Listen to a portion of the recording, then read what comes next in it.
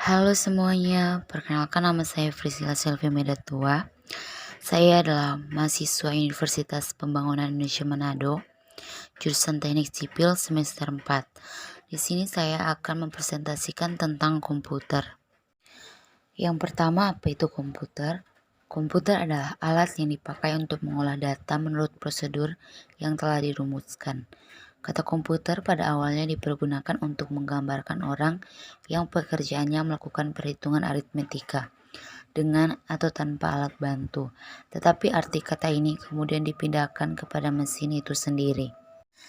Kata komputer secara umum pernah dipergunakan untuk mendefinisikan orang yang melakukan perhitungan aritmetika dengan atau tanpa mesin pembantu. Menurut Bernhard Chonchis Dictionary of Etymology, kata tersebut digunakan dalam bahasa Inggris pada tahun 1646 sebagai kata untuk orang yang menghitung. Kemudian menjelang 1897 juga digunakan sebagai alat hitung mekanis. Komponen komputer. Yang pertama ada hardware atau perangkat keras. Hardware merupakan perangkat keras yang kasat mata dan memiliki wujud fisik yang dapat diraba. Hardware pada komputer sendiri masih dibagi lagi menjadi 4 bagian, yaitu input device, output device, processing device, dan storage device. Berikut ulasannya. Input device atau perangkat masukan. Bagian pertama adalah input device atau perangkat masukan. Yang termasuk dalam input device ini adalah keyboard, mouse, webcam, dan juga scanner. Perangkat tersebut dikategorikan input device karena fungsinya sebagai alat untuk memasukkan berbagai data dan juga perintah pada komputer. Yang selanjutnya ada processing device atau perangkat proses. Data yang dimasukkan melalui input device selanjutnya akan diolah melalui processing device. Dengan kata lain, processing device adalah perangkat yang berfungsi untuk mengolah berbagai data yang berasal dari input device. Yang termasuk dalam processing device adalah CPU atau Central Processing Unit. Selanjutnya, output device atau perangkat keluaran. Perangkat keluaran atau output device adalah perangkat yang memberikan atau mengeluarkan hasil dari data yang masuk dan telah diproses. Contoh dari output device ini adalah monitor, printer, headphone, speaker, webcam, dan mikrofon. Dengan kata lain, output device ini menyajikan segala informasi yang didapat dari pemrosesan sistem komputer seperti gambar, suara, dan video. Selanjutnya ada storage device atau perangkat penyimpan. Perangkat terakhir pada hardware adalah perangkat penyimpanan. Sesuai dengan namanya, perangkat ini adalah alat yang digunakan untuk menyimpan berbagai data. Storage device sendiri terdiri dari dua macam, yaitu internal storage dan external storage. Contoh dari internal storage adalah hard disk dan RAM. Sedangkan external storage misalnya adalah hard disk eksternal, CD, DVD, dan flash disk. Komponen selanjutnya adalah software atau perangkat lunak. Komponen sistem komputer selanjutnya adalah software. Berkebalikan dari hardware, software adalah komponen yang tak kasat mata. Software dalam komputer adalah komponen penting karena berperan menjalankan segala perintah yang masuk ke hardware. Software dapat diartikan juga sebagai suatu kumpulan data elektronik yang tersimpan dan diatur oleh komputer. Bisa berupa program ataupun koneksi untuk menjalankan berbagai macam instruksi pemerintah. Software dibagi menjadi 3, yaitu software sistem, software aplikasi, dan software tambahan.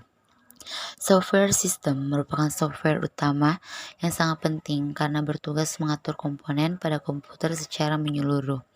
Contoh software diantaranya adalah Windows XP, Windows 2000, Windows 7, Linux, iOS, dan lain-lain. Software aplikasi adalah kategori untuk software yang digunakan oleh user untuk menyelesaikan sebuah tugas tertentu. Dalam hal ini bisa dikatakan bahwa software aplikasi merupakan software pelengkap pada komputer yang digunakan sebagai sarana pengolah data.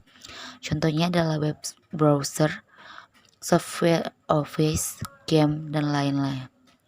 Sedangkan software tambahan adalah software yang menjalankan tugas-tugas khusus atau tambahan sekaligus melindungi hardware. Contohnya seperti data recovery, disk defragmenter, screen saver, backup, dan lain-lain. Komponen selanjutnya adalah brainware. Komponen terakhir yang menutup serangkaian komponen sistem komputer adalah brainware. Brainware yaitu orang yang menjalankan atau mengoperasikan komputer. Brainware sangat penting karena komputer tidak dapat bermanfaat jika tidak dioperasikan oleh manusia. Jadi brainware merupakan setiap orang yang terlibat dalam kegiatan-kegiatan pemanfaatan komputer. Contoh dari brainware diantaranya adalah programmer, sistem analis, operator, dan administrator. Selanjutnya ada bagian-bagian komputer. Yang pertama ada casing komputer atau case adalah bagian yang menjadi rumah bagi sebagian besar komponen komputer. Yang kedua ada power supply unit atau PSU adalah komponen yang mengkonversi listrik arus AC menjadi DC bervoltase rendah sehingga bisa dijadikan sebagai sumber daya bagi semua komponen komputer.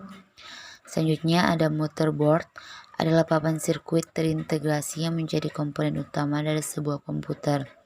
Fungsi motherboard adalah menghubungkan seluruh komponen utama komputer seperti CPU, RAM, CD atau DVD-ROM, hard disk atau SSD, serta berbagai port dan slot ekspansi. Yang selanjutnya ada CPU atau Central Process Unit atau yang lebih dikenal sebagai prosesor merupakan otak dari komputer. CPU bertugas melakukan kalkulasi setiap perintah yang dijalankan di komputer. Selanjutnya ada chipset. Fungsinya adalah sebagai penghubung komunikasi antara CPU dan komponen komputer lainnya seperti RAM. RAM atau Random Access Memory tugasnya adalah menyimpan data dan berbagai proses agar bisa diakses dengan sangat cepat oleh CPU dan komponen komputer lainnya. Yang selanjutnya ada kartu grafis atau yang biasa disebut dengan VGA atau GPU atau video card adalah komponen komputer yang bertugas memproses grafis. Yang selanjutnya ada ROM atau Read Only Memory adalah tempat disimpannya firmware BIOS dan pengaturannya.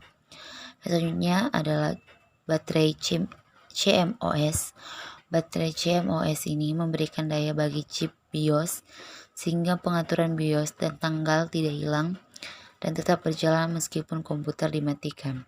Slot card ini adalah slot yang bisa menghubungkan berbagai card seperti external graphic card dan sound card ke motherboard. Selanjutnya ada jenis komputer dan kegunaannya.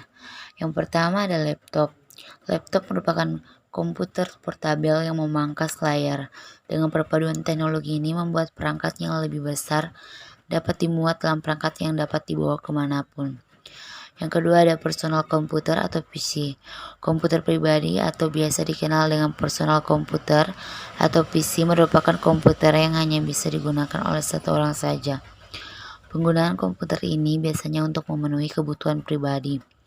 Yang selanjutnya ada wearable komputer dalam mencakup semua hal yang dibutuhkan untuk membantu setiap hal yang dapat memudahkan aktivitas manusia seperti smartwatch, smart control, kacamata pintar, dan fitur lainnya. Selanjutnya ada superkomputer, memiliki harga yang lebih fantastis jika dibandingkan dengan komputer lainnya. Selain itu performa dari komputer ini juga sangat tinggi. Yang selanjutnya ada server. Server merupakan komputer yang telah dioptimalkan agar dapat menyediakan layanan untuk komputer lain melalui jaringan. Yang selanjutnya ada mainframe. Sebelum ditemukannya komputer dengan ukuran yang ada sekarang, komputer sebelumnya bernama mainframe. Ukurannya mainframe saat itu sebesar rumah. Pengguna mainframe biasanya untuk memenuhi teknologi. Yang selanjutnya ada workstation, merupakan komputer yang dibuat khusus untuk bekerja. Pembuatan komputer dikhususkan agar user dapat bekerja dengan maksimal. Biasanya komputer ini dibekali dengan spesifikasi yang tinggi seperti prosesor yang diperkuat dan penggunaan memori tambahan. Selanjutnya ada personal digital assistant atau PDA. Adalah komputer yang terintegrasi dan menggunakan flash memory untuk menyimpan data. Komputer PDA biasanya tidak dilengkapi keyboard, tetapi menggunakan teknologi layar sentuh untuk menginput data. Yang selanjutnya adalah desktop PC, terdiri dari seperangkat komputer yang tidak bisa dibawa kemana-mana. Biasanya komputer yang berada di perkantoran dan memiliki spesifikasi yang tidak terlalu tinggi. PC table atau jenis komputer satu ini termasuk dalam komputer portable yang berukuran seperti buku sehingga dapat dibawa kemana-mana. PC satu ini menggunakan monitor dengan teknologi touchscreen yang dilengkapi dengan pena sebagai kontrol layar. Sekian presentasi dari saya dan terima kasih.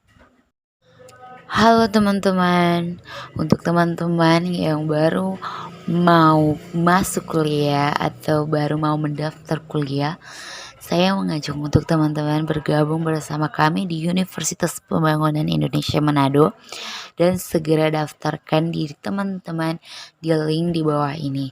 Ditunggu ya, and see you. Terima kasih.